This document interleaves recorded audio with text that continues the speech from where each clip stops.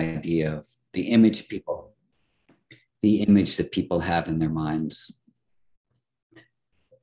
Traditionally, in the yogic texts, yoga is one of two things. It's either concentration, and the ability to concentrate the mind in a chosen direction, or it is union, some type of a union, whether it's a mind, body, spirit union, or union with our inner sense of being, with a cosmic sense of being.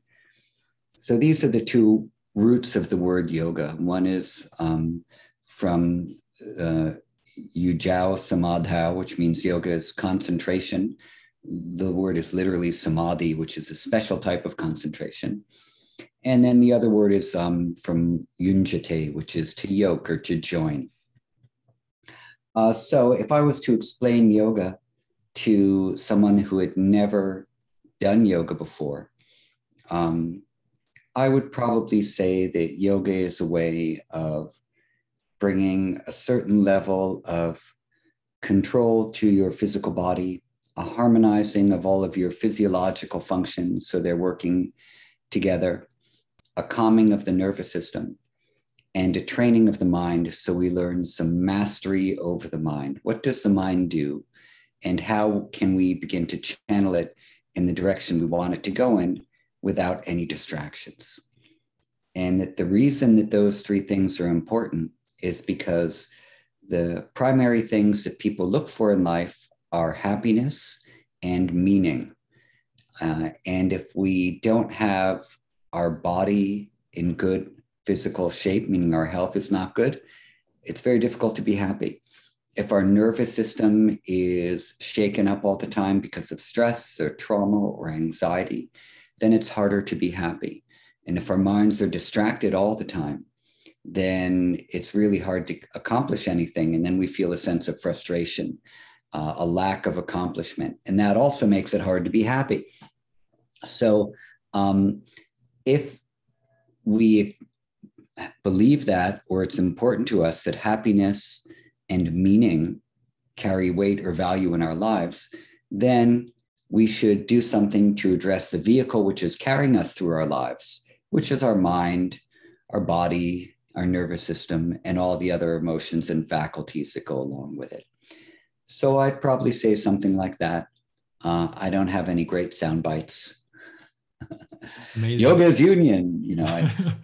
Yeah, and I think in your book you explain it so perfectly through all these chapters that they start with. What is yoga?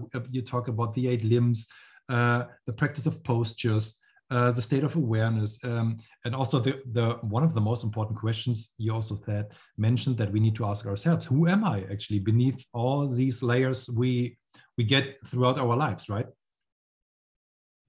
Yeah, who am I is an essential question. Because, you know, we pile on identities throughout our life.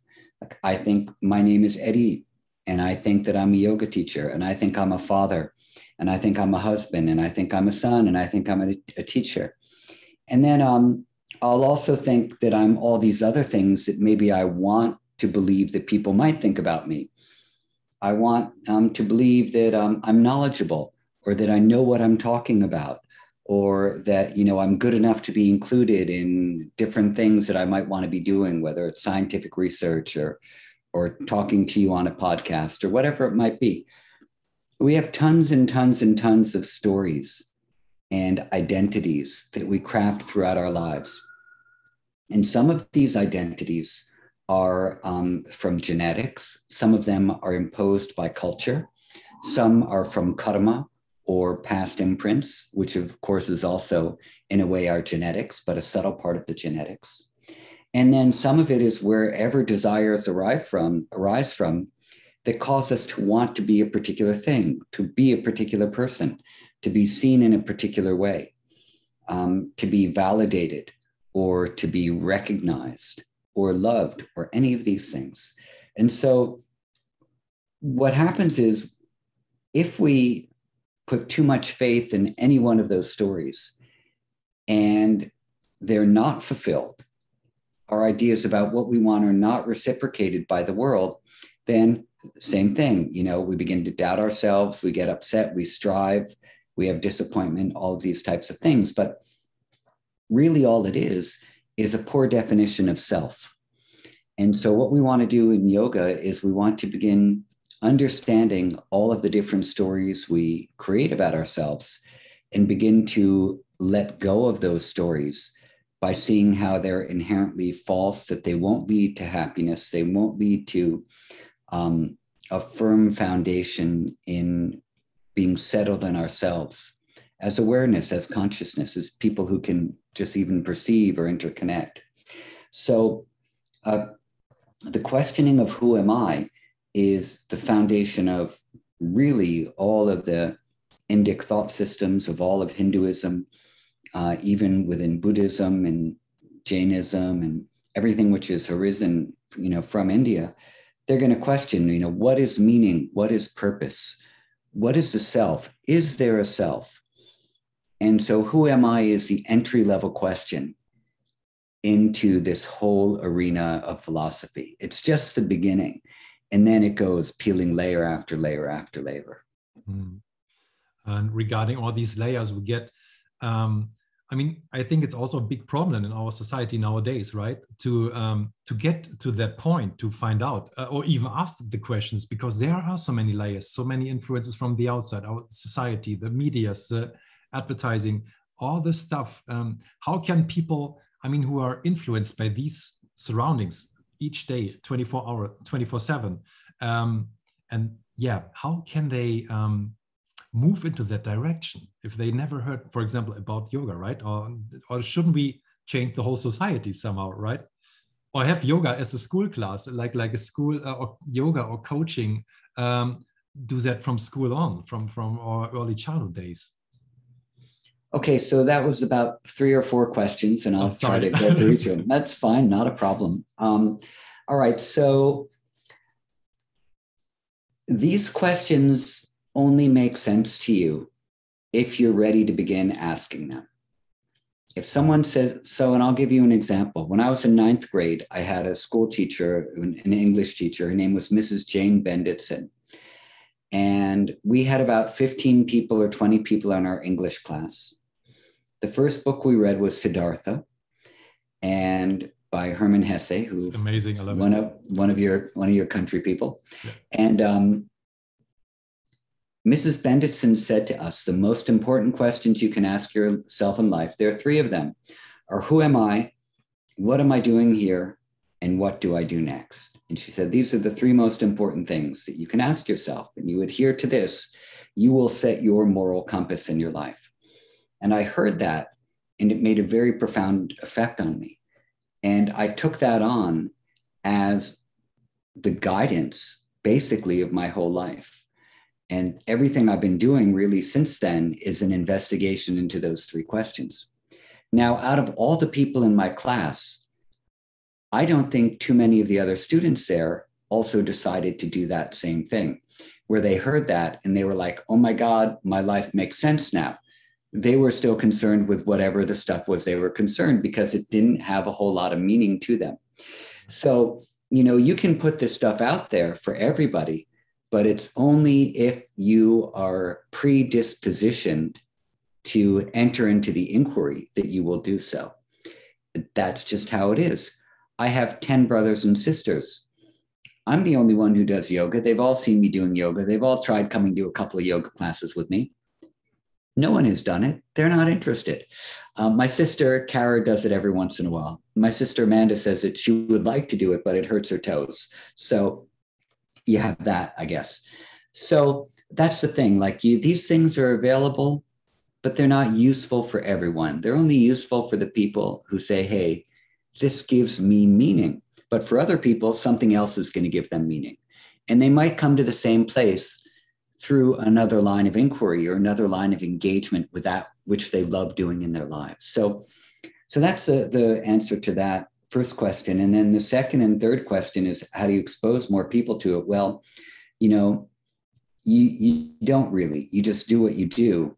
And if you're a teacher, then you teach. And if someone comes to you to learn from you, then they're a student. And you just make that stuff available. but all the broadcasting in the world isn't necessarily going to lead to a tipping point. And then the third thing is about yoga in schools. Man, I've been doing this for decades, literally. And there are a lot of hurdles to yoga in schools. They could be religious, they could be federal, governmental, parents, teachers, all sorts of things. If you feel that yoga is a spiritual practice and it's truly about knowing who you are on a deep level, that might not be the best thing to be teaching in an elementary school or in a grade school for kids who are 8, 9, 10, and 11. They have a lot of other learning that needs to happen. And not everyone is going to agree with that point of view as well. So what we did in the schools that we were teaching was we said, okay, there are some things in yoga that are really useful for kids. But what we have to do is support the overall project of education. And what do teachers want? They want their kids to pay attention. They want their kids to participate and be engaged. So what should we do? We should teach those yoga practices that help kids stay on task, for them to understand how attention is not something you do with your mind, but it's something you do with your body and with your breath, with your nervous system, with your eyes. And that part of learning how to accomplish task completion and to stay on point is to know when you need to take a break, to take a few deep breaths, to stand up and stretch your body. So we basically crafted curriculum that was geared towards supporting the overall project of education. We didn't call it yoga, we called it best practices of health and wellness. And we pulled from some yoga poses, we pulled some breathing practices, we pulled some things from cognitive behavioral therapy, we pulled some things from, physical therapy and traditional physical exercise, a little bit of, a salad, if you would, of tools that would help kids to chill out, calm down, and help the teachers with classroom management and attention problems. So that's what we ended up doing. Not everyone agreed with our approach, of course, and that's one of the beauties of the world, is that if everyone agreed on everything, the world wouldn't need to exist. So we should expect that there's going to be disagreement, so there's something fun to talk about. But that's what we did, and it worked quite well while we were doing it. And I've moved on to other types of work right now. To work in schools like that, you really need to commit yourself to it and do nothing else, because it's such a massive job. And I had a few other things that I was already committed to and working on. So because I could never really commit to it 100%, but I always did it part-time, I think that I got to the point where I realized, all right, here's the amount of effect you can have. You need to make a decision where you're going to focus your life. And I'm a little bit more focused on teaching rather than on administrative work and things like that, which is what I was doing a lot of. So that's that. Thank you. How did you find the path to yoga? Was it with the book from Hermann Hesse? Did you start with that to get introduction to spirituality, or what was your, right? Yeah, that was my first introduction to spirituality. And such then a beautiful book. Yeah, it's a really beautiful book. And I didn't understand his journey, but it sparked something in me, I remember it so clearly. The feeling of like, wow, this is a new way of looking at the world. And when I was 18, I met someone who had done yoga with a yogi named Amrit Desai, who started the Kripalu Institute in Massachusetts. And he showed me some stuff. And the first thing I did really was I became a vegetarian. And back then, being a vegetarian was a statement of spirituality. There wasn't like the whole sort of, it wasn't a philosophical thing like veganism is now, or, it was really like, this was a statement of, I'm eating this way because I want to expand my spiritual nature. And that was my first step in doing yoga. It wasn't until much later that I learned some asanas. That's beautiful. Yeah, I found this book, to me, it was the same. Like he's writing such beautiful words and all these feelings he's transporting in this one book. And it's not just a big book, it's a small novel, right? It's amazing. Yeah. Yeah, it's really beautiful. Yeah. Okay. So you also mentioned the yoga is you want to reach some kind of samadhi, concentration, and you talked about the stupefied mind. And there was this beautiful quote, and you mentioned it like, yoga is not about screwing the mind into fixed state of focus or the body into a complicated pose. It's about calmness and filling the mind with a natural state of goodness. And there you also said, what's the title of your book? With one simple thing each day, right? Like yoga is a habit. Can you tell more about that? Sure. Well, that quote is from Swami Hariharan Aranya. He was a very special type of a yogi who lived in the state of Bihar. He spent the last 21 years of his life in a cave, giving a lecture once a week. And his book on Yoga Sutra is just tremendous. And this is one of the things I really love that he said. He says a lot of amazing things in that book, but the idea that our mind has this natural state of goodness in it. And if we just relax and let our thinking quiet, we can touch that natural state. And the more we form a relationship with that natural state, the more it becomes the underlying character trait of our mind. We turn into an expression of that.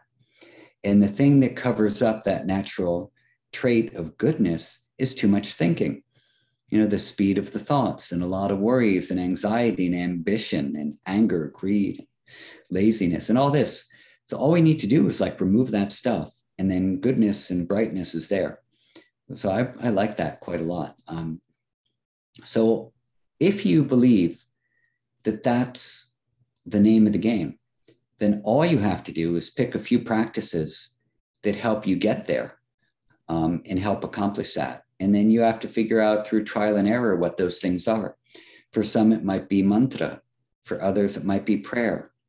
For others, it might be asanas. For others, it might be pranayama. For some, it might be meditation in the Buddhist tradition, like vipassana. For others, it might be transcendental meditation. So we have all these options available to us. For some, it might be chanting the Maha Mantra. So that's basically what it is. Any of these practices is going to connect us to our essential nature, one way or the other, if they are right for us. And that's determined by the type of person we are, which is why there are so many different practices. And the reason I said it was, just one simple thing is because there are a lot of problems that are alleviated by yoga. And so, for example, if you go to a doctor and you have acidity, they'll give you one drug. But you also have diabetes, so they'll give you insulin. And then you also have heart problems. You have some high blood pressure, so they'll give you some statin drugs too. And then, but you're also having poor digestion, so they'll give you, something for that too. You might be on 5 or 6 different drugs, and not all of them work well together. And I'm not saying anything bad about drugs. They can be very helpful in a lot of cases. But then with yoga, what happens is, specifically with doing asanas and pranayama and some meditation, is that we begin to support, and especially when we change our diet and our lifestyle, get enough sleep, get enough exercise, eat the right foods that we can digest, we support the mechanism of our body which brings us into balance, which is called homeostasis. So our body is this conglomeration or community of 37.2 trillion cells. Like, that's a lot of cells. Every single one of those cells has all the information that every other cell has. And they're all talking to each other in constant communication. And then they specialize into the functions that they're supposed to perform. As part of the somatic nervous system, so I can lift up my arm, and the vocal cords, so I can speak, and my heart, so blood will circulate, et cetera, et cetera. They're all the same cells, but they specialize and they communicate. When we live in ways which is opposed to our nature, we disrupt the communication process of our cellular body. That's all there is to it. What happens when you and your best friend or your parents or your partner, you have an argument? Communication breaks down. You get angry, you get upset, you feel like you're not heard, things fall apart. There can be all sorts of peripheral damages that come out from that. But when communication is good, everything flows. There's love in the air. There's peace. Everyone feels settled.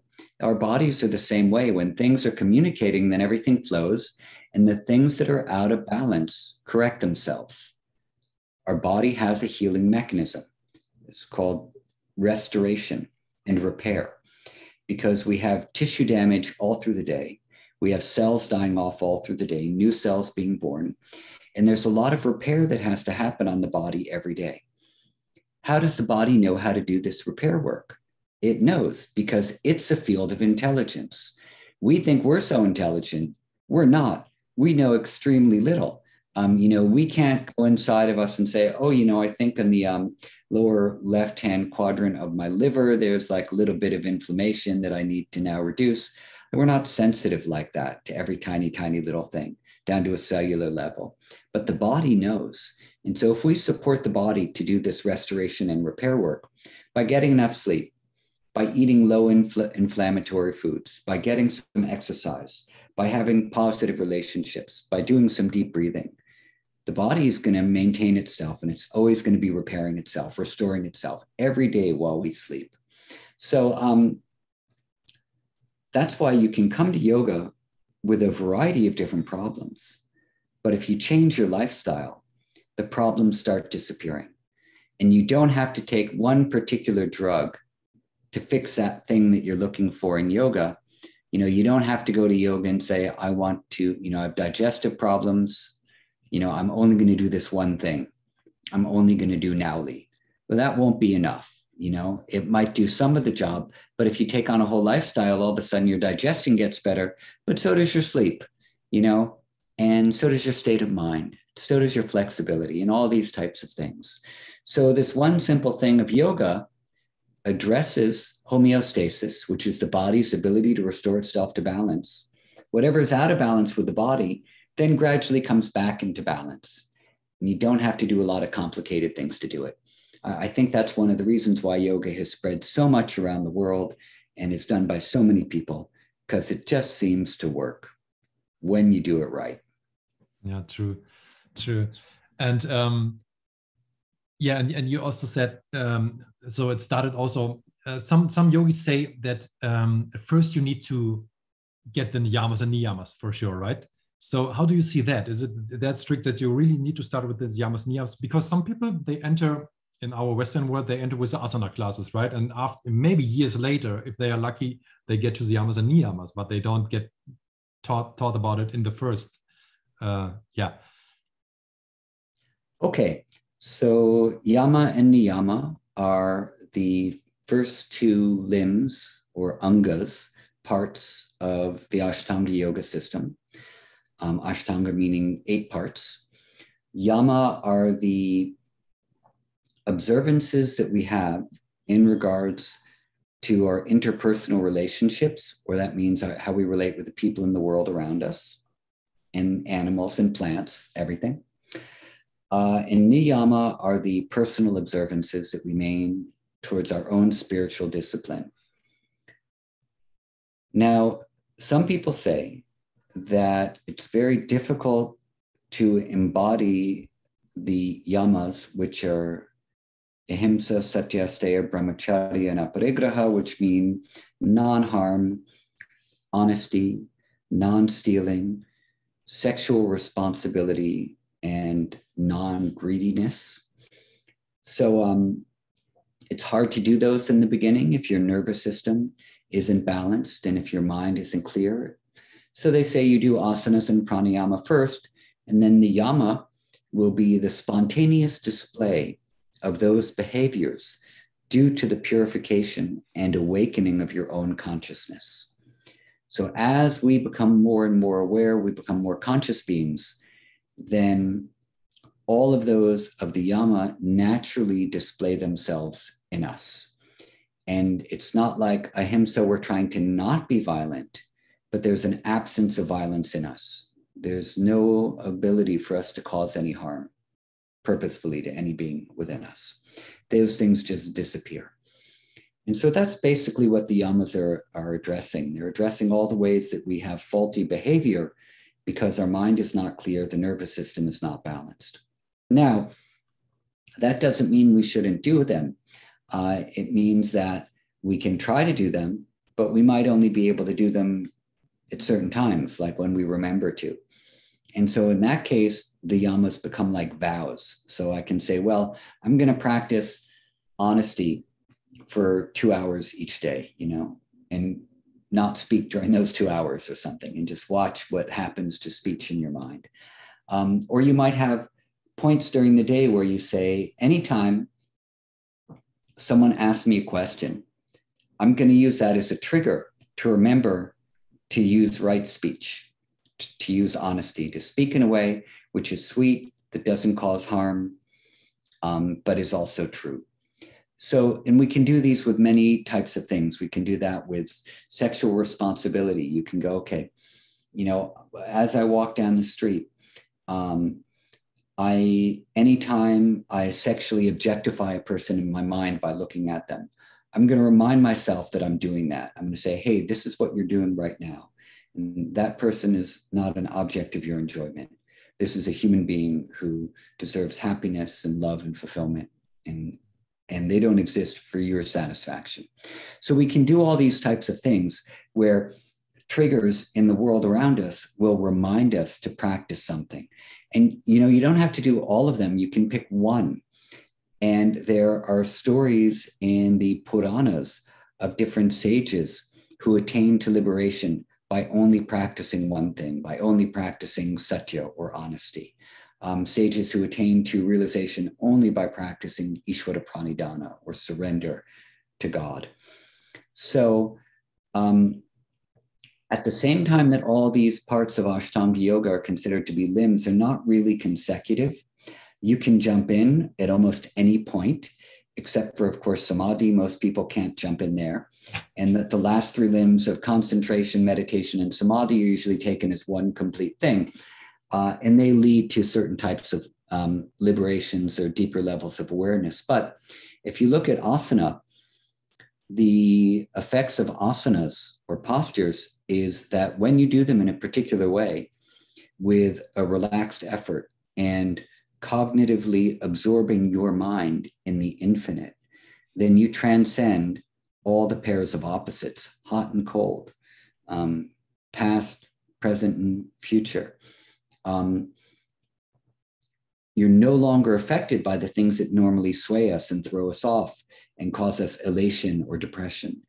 And so that's pretty cool. So that shows you that asanas done in a particular way are a deeply meditative practice that help you get into the transcendent state, beyond waking and dreaming, beyond, being awake and going to sleep at night, beyond all these other things. There's other layers of consciousness. Asanas can help us get into that space. So can pranayama, so can yama and niyama. And pratyahara is like a turning point into the deeper or inner limbs of yoga. So looking at Patanjali yoga in that way is pretty cool. And, this isn't stuff I'm making up. This is stuff that I learned from my teachers in India, that, each of these limbs is an entry point into transcendent states. Though people who say that you have to follow them sequentially, that's another view on it. But it's not a view which is really supported necessarily in any of the texts, because all of Patanjali is a collection of techniques and of ideas pulled from other sources that he has codified. So I hope I didn't answer the question for too long there, but that's my thinking. Yeah. Beautiful, thank you. Yeah, and I also like your quote regarding the yamas and niyamas, that we need restrictions to gain real freedom. And you mentioned that because if not, it's not called freedom, it's called hedonism, right? Yeah, exactly. I think that's still something. For example, it's when we did our coaching training, we also thought it's a Berlin syndrome. Everyone thinks, "Oh, I'm so free here now. I'm living the free life," but in the end, you don't do anything because you're just whirling around and you never go somewhere. That's so funny. I've never heard of the Berlin syndrome. Yeah, it's America in particular is founded on this idea of freedom. And as I said in the book, and I say again and again, freedom is not this idea that you can do whatever you want, whenever you want, however you want, to whoever you want. Like that's the prevailing idea in half of this country. Mm. That's indulgence, it's hedonism, it's selfish, and it doesn't lead to equality or prosperity or justice across the board, because you are always putting yourself above the interests of the whole. So we need to restrict ourselves. And that's what an austerity is. You know, it's a little bit of a restriction. That's what discipline is. Discipline is one of the ways that discipline is actually highly valued in this country and in others. And forgive me if this is a controversial thing to say, but the military is founded on these ideas of discipline. And nobody is a fan of war that I know. I don't know anyone who likes war or has a goal of being violent in their lives, and this is what they want to do. But hate and violence is an unfortunate aspect of the world. And I'm not going to go into America's propensity to try to topple dictators and install their own democracies, which are going to help the economic superiority of our nation, which America does. So a lot of bad things. But I also have a lot of friends who are Naval SEALs, Navy SEALs, or Green Berets, or are veterans. And for many of them, the discipline that they gained from the military has turned them into very thoughtful, aware, compassionate people, that they're always looking out for what's happening around them, where something needs to be helped or fixed or addressed. And, we've lost discipline a lot in our modern society. And there are positive types of discipline that we can participate in that would definitely turn culture into a more thoughtful, expressive, caregiving culture than what we have now. And this is something that could happen around the world, but I only speak for America because I'm from America. So, I can be critical about the things that I see happening here and positive about the things I see happening. The world has always not been a better place. If you go all the way back to the time of the Mahabharata war at Kurukshetra, the world was not a better place then either. It was filled with all sorts of deceit and all sorts of terrible violence. And this has always been happening here. So I'm not a person who thinks that the world will be a better place. I think the world will be the place that it is. And that's why it's the world. It's also a human world.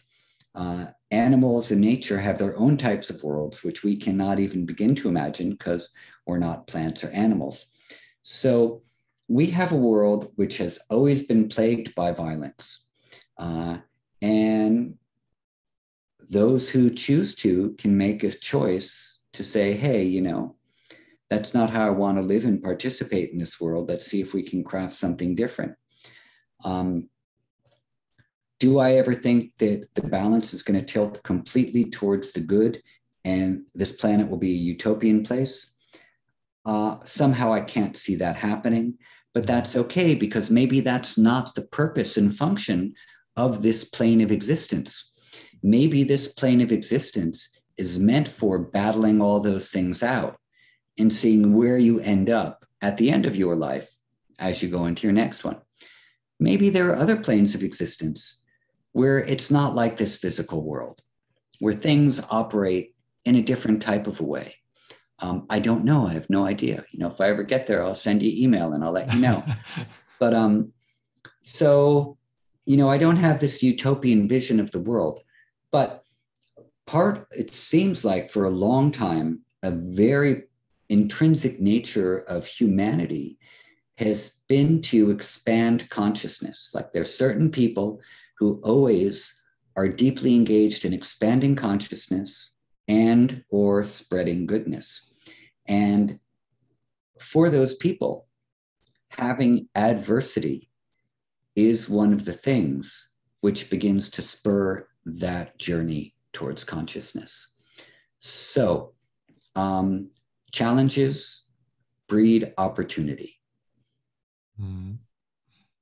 That's all. So much. Beautiful said. You also mentioned in the book the 5 cliches, which are also like play an important role in our way to that consciousness. And can you describe them shortly? And also, you said there was also, you named the regions in our body where the cliches exactly are, right?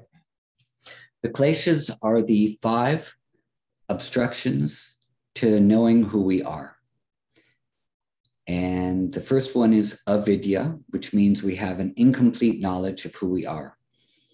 And when we don't have a complete knowledge, then we have asmita, which is the stories we tell, all the different narratives that we talked about in the beginning of our conversation. And asmita, or the stories, are based on 2 things: the things we like, the things that we don't like. These are called attractions and aversions. I like coffee, I don't like matcha. That becomes an identity for me. I like David Bowie, I don't like Iron Maiden. That becomes another identity. And within each of those identities, then we gravitate towards the same type of group think that holds those same likes and dislikes. So now I'm only hanging out with people who like David Bowie, and I'm not hanging out with people who like Iron Maiden.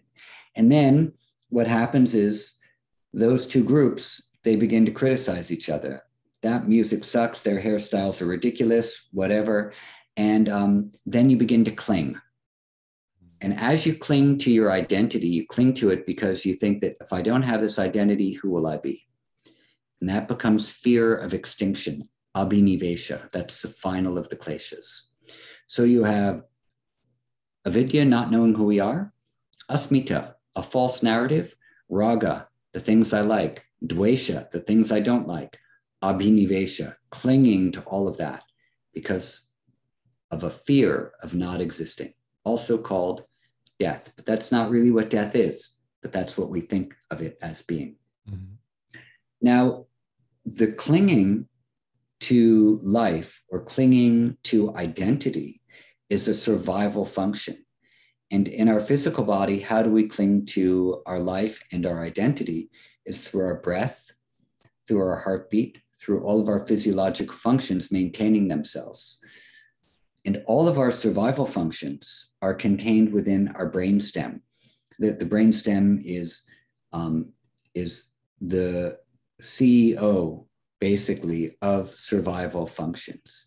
The prefrontal cortex is the CEO of the whole brain, but the survival functions are really being moderated and controlled through the brainstem. So what I proposed was that abhinivesha had a physical expression through the brainstem as maintaining life. And that when we do things that affect the brainstem, like we consciously breathe, or we consciously slow the heartbeat, or we do asanas to help control blood pressure, we're really working on identity and clinging and abhinivesha. And then I went on to say that in the limbic system, where we have our emotions expressed, that the emotions are going to be spontaneous responses to the environment, to threats against our survival, to things that are enjoyable, whether it's happiness, anger, fear, elation. There are about 6 primary emotions that we all share. And emotions, and especially fear, are going to be expressed in the limbic system through the amygdala and other brain structures. And so doing things like chanting and certain types of breathing and different practices of either prayer or surrender, these things are all going to affect our emotional centers. Even practices of listening. Listening's a really important practice. And listening is one of the best things that has been shown scientifically to reduce the activity of the amygdala. Allowing others to hear us through expression and feeling that we're heard, and also listening to others. And then the prefrontal cortex is the area where we process compassion and empathy and strategic planning, long-range planning, social connection, language, articulation. All of these things are coming from that area of the brain. So by other practices within yoga, such as Ishvara Pranidhana, surrender to the unknown, or surrender to God if you're a theistic type of a person, as well as some of the other meditative practices, are all going to work on these areas of the brain and begin to change the narratives that we have, the asmita, because we are consciously working in that arena. And then as well, reducing avidya, or the not knowing who we are, through the reduction of asmita. So what happens is it's a bottom-up process. We work through first abhinivesha, which is clinging through survival functions, and then raga and dvesha in the limbic system, the emotional responses. And then we go to asmita and avidya in the higher regions of the brain and work on those. And then after that, we're prepared for transcendent experiences and for deeper levels of awareness. It's just jumping off points. It's not the end of the story.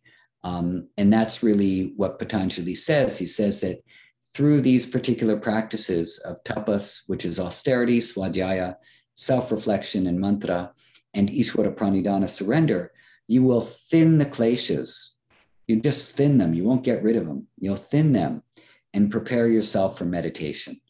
So that whole section on the cliches is really just, how do you prepare yourself for meditation? And preparation is, at least 50% of the ball game.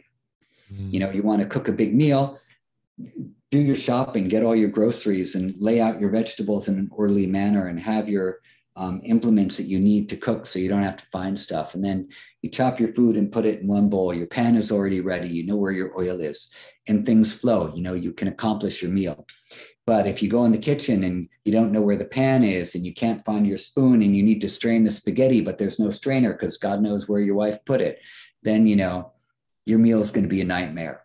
Yeah. So preparation is very important in spiritual practice, from what I understand. Yeah. And so, these were just the cliches. And then if people hear, for example, about the gunas, there comes another part into the whole game, right? 3 gunas. And then you also mentioned, which I heard from your book for the first time, about the polyvagal theory from Stephen Porges. It's so interesting. And you have a whole chapter about that. How the yoga practice influences our polyvagal nerve, right? Yeah. So the polyvagal theory is one particular thing proposed by Stephen Porges. And he talks about the predictable response of our nervous system to environmental demand. If there's a dangerous thing in our presence, our nervous system will respond automatically. This is called a phylogenetic response. It's programmed into our genes. We don't have to think about it. And so he has a very beautiful theory about this, and he's written a lot about it. It's very worth looking into his writings.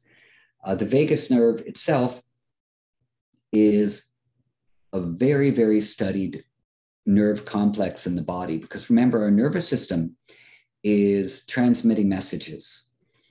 It's transmitting messages that are electrical in nature, and it's also releasing hormones and neurotransmitters and things like that are also messengers. And all these messages that are moving through the bloodstream or moving through the nervous system are causing us to respond in particular ways. And we usually think that we don't have much control over that. But what the yogis have said is that you do have control over what's happening in this unseen part of your being. You just have to form a relationship with it. And one of the ways to form a relationship with it is to do practices that directly interface with these specific branches of your nervous system. So the vagus nerve is carrying messages from the brainstem to in the upper part of the head, towards the mouth, towards the corners of the eyes, and towards the ears. Below the neck, or in the neck, it goes to near the vocal cords, and then down into the heart, the lungs, the diaphragm, into the liver, the pancreas, the stomach, and the intestines. And 80% of these nerves are carrying messages from the body up to the brain, telling the brain what's happening. And then 20% of those nerves are messages from the brain down to the body. So if we want to slow the breathing down, for example, because the breathing is going too fast, we can consciously choose to lengthen our exhalation and slow it down. And one of the things that makes the breathing speed up is when something called the vagal brake is not working well. So what happens is you can imagine we have an accelerator in us, which is part of something called our sympathetic nervous system. And then we have a braking mechanism, which is part of the parasympathetic nervous system. Parasympathetic nervous system, when people say that word, really what they're talking about is the vagus nerve, because 80% of the parasympathetic is the vagus. So when the vagal brake, what the vagal brake does is it slows down the heartbeat on the exhalation, and it allows the exhalation to slow as well. So when that's not working, the breath is going to speed up. The heart rate is going to speed up. Anxiety is going to increase. The fear centers are going to be stimulated. The hypothalamus will tell the pituitary that something's wrong, and the pituitary will tell the adrenals to release adrenaline and cortisol, get you ready to fight or flee. The conscious slowing down of the breath is going to reinvigorate the vagal brake, slow down the heart, and begin to reverse this cascade of effects, which comes from a dangerous situation. So the 4 practices that directly target the vagus nerve are going to be breathing, vocalization, like humming or chanting, posture, because that stimulates the blood pressure mechanism, or the thing that monitors the blood pressure, the baroreceptors, and behavior, meaning things like practicing kindness and compassion, gratitude. These will increase the vagal tone, or the flow of information in the vagus nerve, and anger and anxiety are going to weaken the messages that are flowing through the vagal nerves. Because our sympathetic nervous system in anxiety and anger is going to be inflamed. And another thing vagus nerve does is it helps control inflammation levels in the body. We only want inflammation to occur for short periods of time in the body for repair, fighting off a virus or a bacteria or wound repair. But we don't want it to be chronic. And when it becomes chronic and we have inflammation rising in the body chronically, which means repeatedly, then you end up with all sorts of problems, digestive problems first. Then you can have diabetes, cancer, more anxiety or depression, perhaps even diseases related to the brain with the reduction of memory. Alzheimer's is related to high inflammation levels in the body. So many of these diseases that we have that are prevalent in society have an element of inflammation in them. A lot of them are also genetic, because if you didn't have that predisposition, you wouldn't be able to get that. But if you allow inflammation to become chronic and stress to become chronic, then the weak organ in your body will begin to express whatever that disease is, that weakness. And that's why they come out from my understanding. I was just at a conference last Friday. There's a hospital in New York called Mount Sinai. It's a very, very good hospital. And I was invited to their faculty retreat for the Brain Institute, the Friedman Brain Institute. And they invited me to come give a little presentation on interoception, the ability to sense what's happening in your body and lead the scientists, all neurologists, through some yoga and meditation and breathing, which I did. And it was really fun. A lot of the presentations were on the microbiome of the gut and the vagus nerve, and information being passed from the microbiome to the brain through the vagus nerve, and how that's having an effect on different autoimmune diseases and things like anxiety and depression. So there's, all these things are not yoga woo-woo, but these are scientific, quote unquote, facts that are being looked at across many, many different sectors of society. And the recognition of what's happening in our gut health is affecting our mood levels and our health levels is a very big area of research right now. And that's very cool because, it's not just that we need to eat some probiotics. It's that you need to do some things that, number one, you need to eat healthy food that you can digest. Doesn't matter what kind of the food is. If you can't digest it, it doesn't matter how good it is for you. So you have to be able to digest. And if your digestion is weak, then you need to do some things to help you with your digestion. Maybe you need to take some herbs. You definitely need to move and exercise a bit, because what is digestion but movement? It's motility, and getting rid of waste as well is motility. So we have to move to encourage all those systems. So some movement, some exercise, some good food, some deep breathing. Breathing is so important because our stomach has a particular pH level, a balance of acid and alkaline. And that balance is very, very specific. It's about 7.5. There's a range, 3.5 to 7.5 or so. If it falls out of that range, we don't digest the food which is coming into the stomach. One of the things scientifically that balances the pH of our stomach is the oxygen carbon dioxide exchange of breathing. So regular breathing, deep breathing, pranayama practices, all are going to help, especially when done properly, to balance the pH levels in the stomach so that our digestion is better. A lot of people find that when they start doing some pranayama practices, their digestion does improve. They haven't even necessarily changed their eating habits, but all of a sudden their digestion is improving. Mm-hmm. And this is because the breathing is automatically balancing the pH levels and encouraging motility. So it's amazing stuff. It's an endless well of fascination and knowledge and new learning. Most importantly, new learning. So interesting. Thank you so much for these valuable information. It's amazing. It's such a lot of wisdom. What would you say? It's a difference between pranayama and breathwork, which we hear a lot these days. Like oftentimes it's the word breathwork pops more up than pranayama. Yeah, well, breathwork is very popular, and it was popularized in the 1970s with Stanislav Grof and the holotropic breathing. And there were some people before him who were doing some, deep breathing practices as well.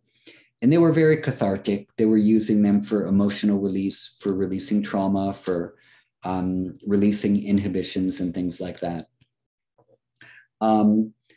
And then there was also rebirthing. The rebirthing was very big for, I think it's probably still big as well, where you breathe through your mouth in like this really sort of slow, deep, rapid ratio for a long time, like an hour or so. And you have all these experiences, and sometimes people would call it past life regression and stuff like that. And now we have Wim Hof and Buteyko are the two most popular that we see. So I've tried all of these.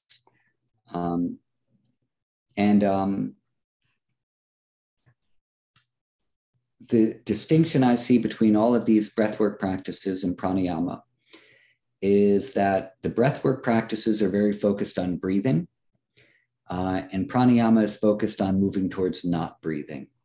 With the exception of Buteyko, who focuses a lot on extending your exhalation and then holding your breath out after you've exhaled and doing that repeatedly. That is a classical pranayama. Mm-hmm.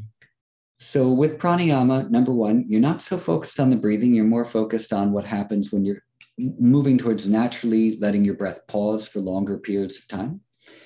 And also, pranayama is very concerned with slowing down the speed of the mind through slowing down the breathing so that we can move our awareness inwards towards transcendent states of consciousness. And to move into those transcendent states, to gain self-knowledge. So pranayama is never done separate from the overarching project of yoga, which is self-knowledge or liberation. Mm-hmm. Breathwork doesn't necessarily care so much about liberation from what I've seen. I think that those are some of the distinctions, and the breathwork practices don't demand that you change your diet or you change your lifestyle.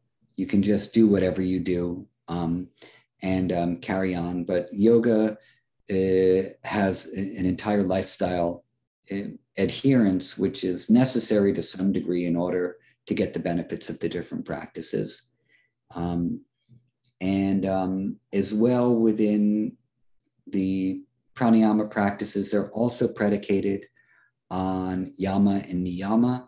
And in the breathwork practices, you don't really see that there is a big discussion about ethics in regards to, your relationship with the world or your relationship with yourself. They can be done independent of all that.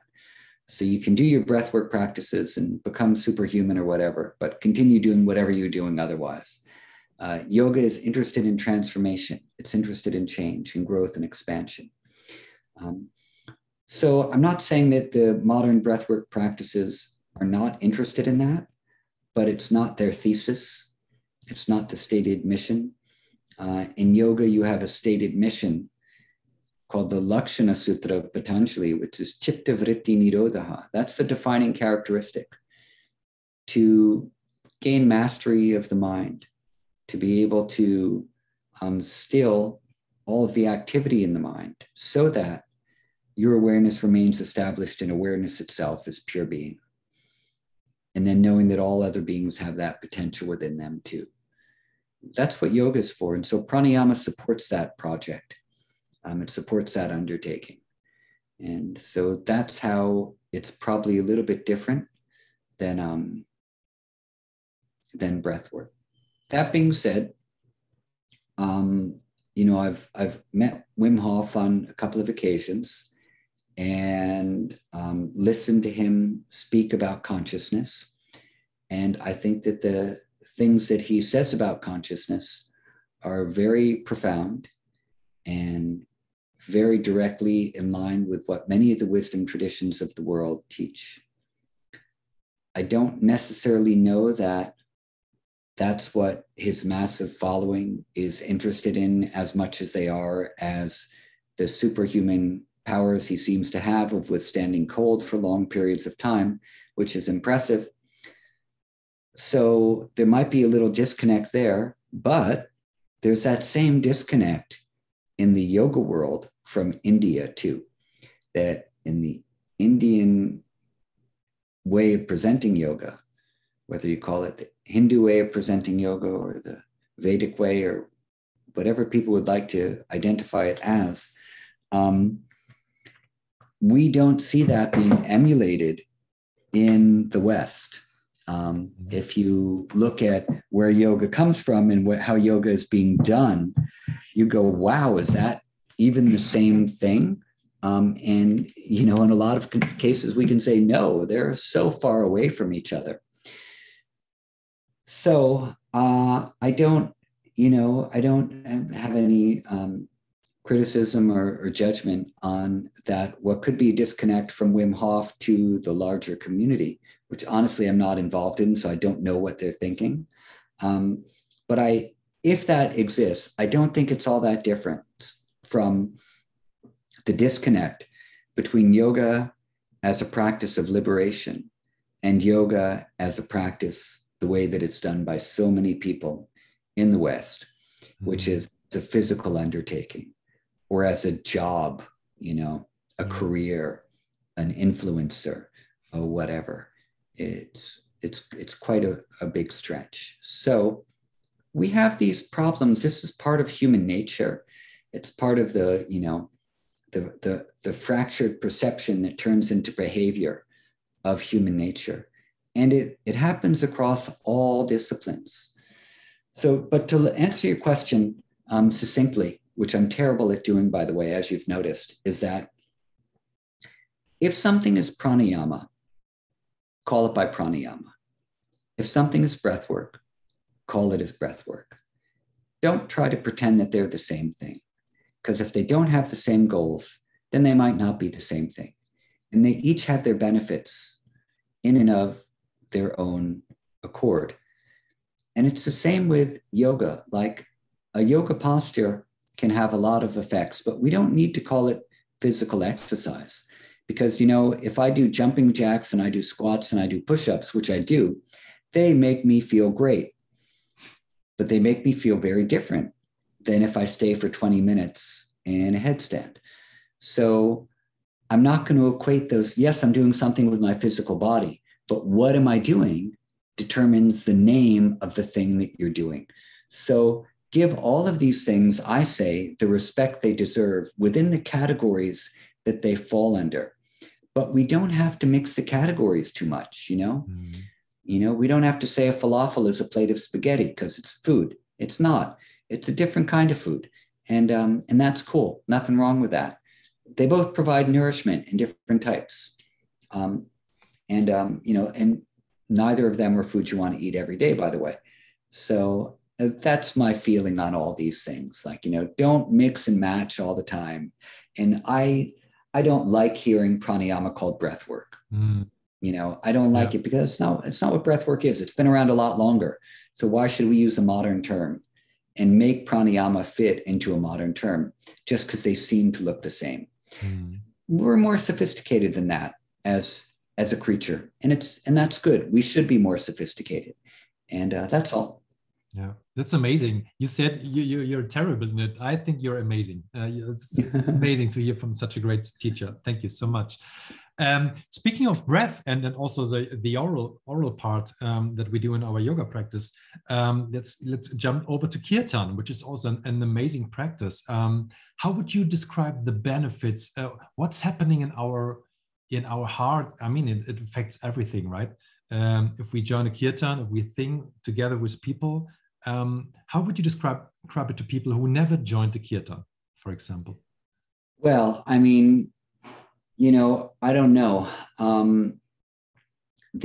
I know there are people and there are researchers who have done studies on chanting and seen the effect of chanting, like chanting Gayatri mantra naturally brings your breath into resonance frequency, which restores homeostatic function. So there's a lot of interesting study on mantra, whether it's verbal or mental, like TM meditation.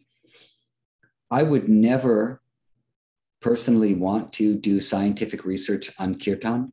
I really subscribe to the Gaudiya Vaishnav perspective on bhakti, that the purpose of bhakti is for bhakti itself. You know, there's in Patanjali, devotion or surrender is used as a way of stilling the mind and going into samadhi. So that's the purpose. The samadhi is for or Ishvara Pranidhana is for the perfection of samadhi. And in the devotional lineages, Ishvara Pranidhana is for Ishvara Pranidhana. Bhakti is for bhakti and for nothing else. And as soon as you try to use it for something else, then you're looking for an outcome. Yeah, true.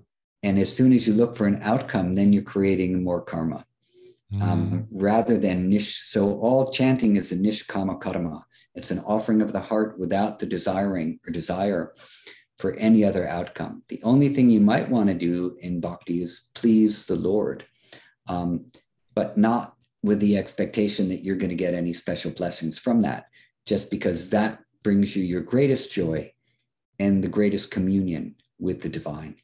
And so I'm very partial to that mental and emotional outlook on devotion and on kirtan.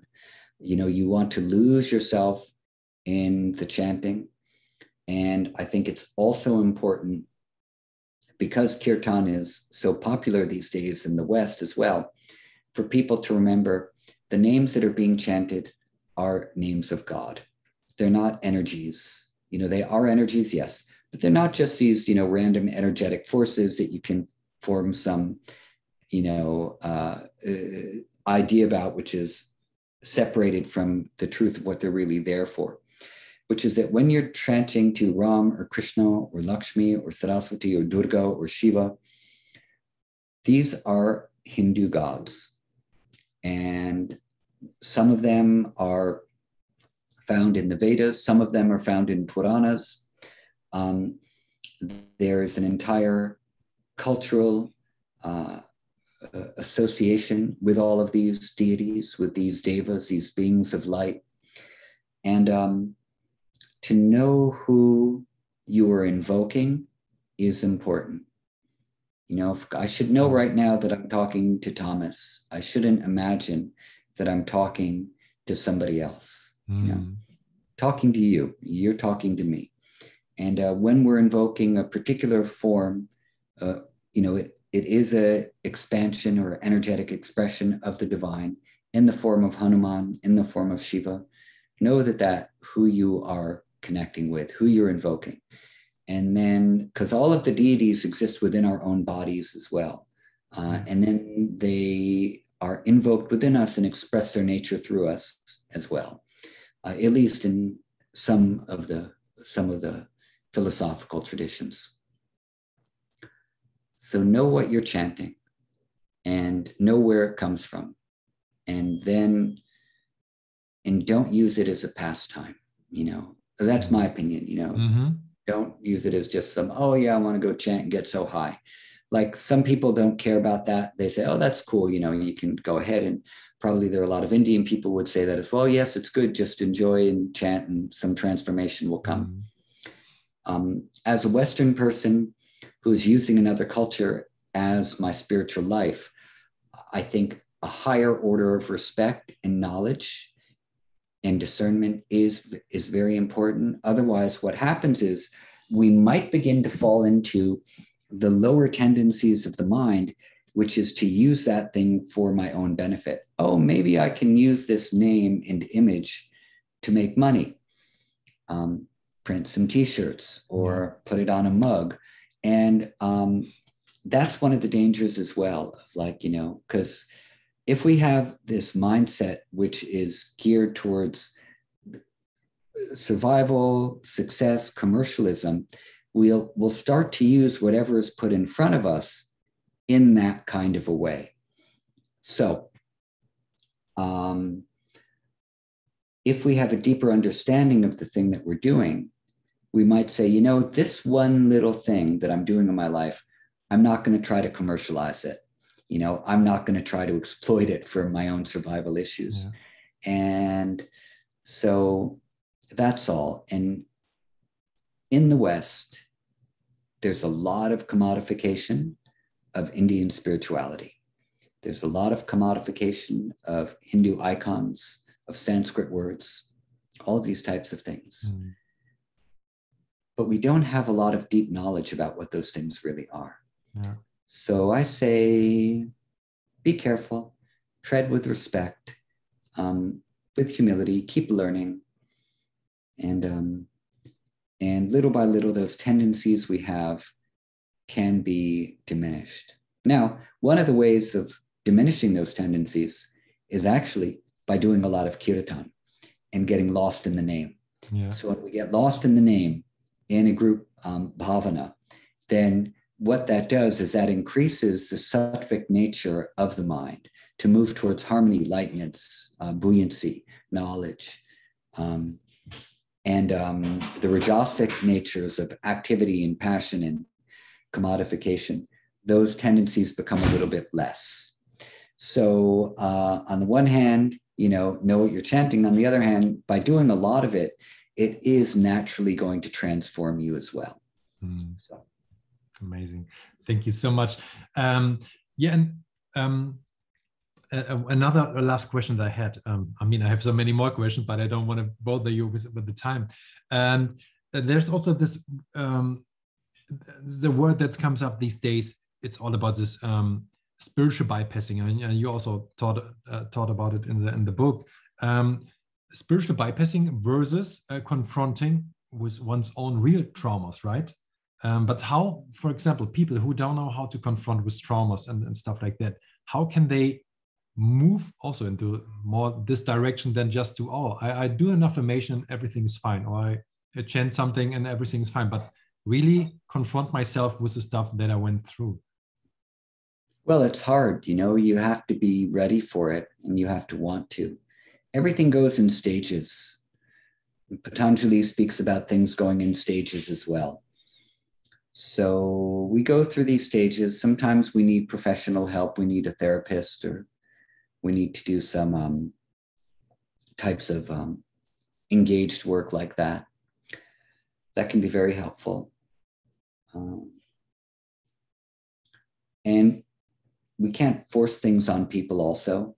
A fruit only falls from the tree when it's ripe. And if you pick it too early, it may never be edible and you can't use it. So it's a waste of the tree and the fruit. So we have to allow things to ripen. And a person needs to be open. And if they're not open, then no matter what you say won't make a difference. And we'll make a lot of mistakes. We'll tell people we think they should do things that they're not ready to do, and they'll get mad at us, and then we have to repair that. So I like the idea presented in Bhagavad Gita that we should just be an example of the kind of behavior that we wish to see reflected in the world around us. And this isn't the throwaway Gandhi quote of "be the change you wish to see in the world," which isn't really what he said anyway. His quote was a lot longer and a lot nicer, actually. But Sri Krishna says basically, be an example through your expanded consciousness for the world to follow. And by the world, meaning, the people around you, not the entire world. So what does that mean? It means that we need to model behavior. If we say something, then we need to do that thing. If we say this is a good quality to have, then we should display that good quality and be a model of that behavior. If we say we believe in social service, then we should be serving people, at least on a regular basis. If not, it doesn't have to be every day, but be an example of those things. And so that way the intentions we have, the words we have, and the actions that we perform are in alignment with each other. And that's a type of yoga. That's a type of union. So when it comes to folks who might need to think a little bit deeper about confronting their stuff, if they have a good example to follow, then they will. If they have the support to confront it, then it will be easier for them. But if they don't have the support to confront the traumas they have, you don't want to just expose that stuff, to the world without any safety net. You need to feel safe. You need to feel that you're in a healing situation, and then you can process those things. So in the meantime, just saying an affirmation might be enough for them. Just saying a mantra for a few minutes might be enough. And then maybe a few years down the road, or a few lifetimes down the road, then they'll go, okay, you know what? I'm ready to go a little deeper with this. So stage by stage, I've tried all different things. I've tried psychedelics when I was younger, and yoga, and therapy at certain points as well. That was very helpful.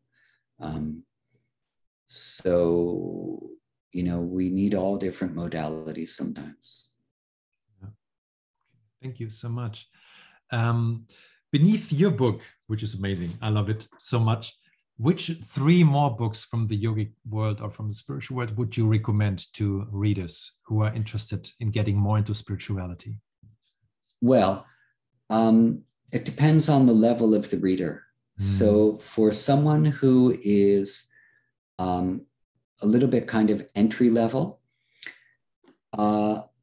they're just beginning their spiritual journey, there's two books I would really recommend. One is The End of Sorrow by Eknath Easwaran. And he has 3 volumes on Bhagavad Gita.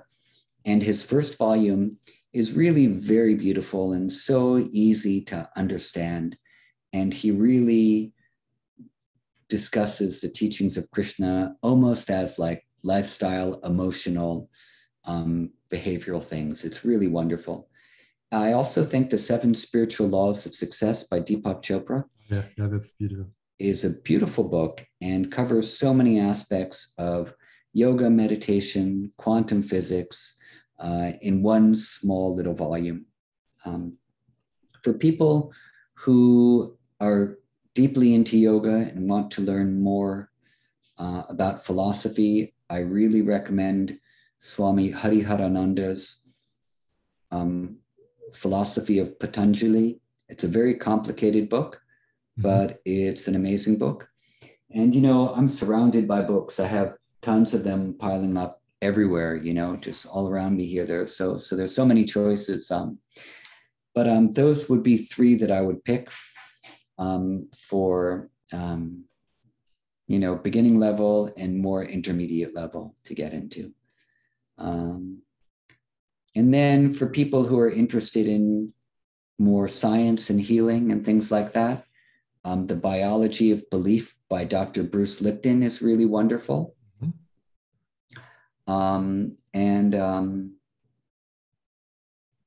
Yeah, that's enough. You don't want to pile on too many books. That's a really wonderful one to start with as well. Thank you. You know, Infinite Potential by Lothar Schaefer. That's the last one. Infinite Potential by, yeah, that one's a wonderful, wonderful book. Amazing. So there you go. Those are 4 books. And now we have, we have Gita, we have Gita, Patanjali Yoga Sutras, 2 books on science and 1 book on sort of modern takes on spirituality with Deepak. So there you go. If another one regarding the Gita, which version would you recommend if it's just about the verses, to reading the verses and let them resonate? Oh, okay. So I have been reading this one translation of the Gita since like 1995. And it's ridiculous. The Swamiji's name is just escaping my brain right now. But it's a Ramakrishna Ashram publication. It'll come back to me in a minute, I'm sure. But if you just want to read the verses, let's see. I'm spacing the Swamiji's name right now. When it comes back to me, I'll let you know, and you can add it as an addendum to this. But it's just the one that I bought, and I liked it, and so I just stuck with it. There's no commentary in it or anything like that. It's just verses and translations. But I do think one of the best ways to learn Gita is to learn to chant the Sanskrit. And then, you know, to read the translations as well, but learn to chant the Sanskrit, and that's going to change your consciousness levels.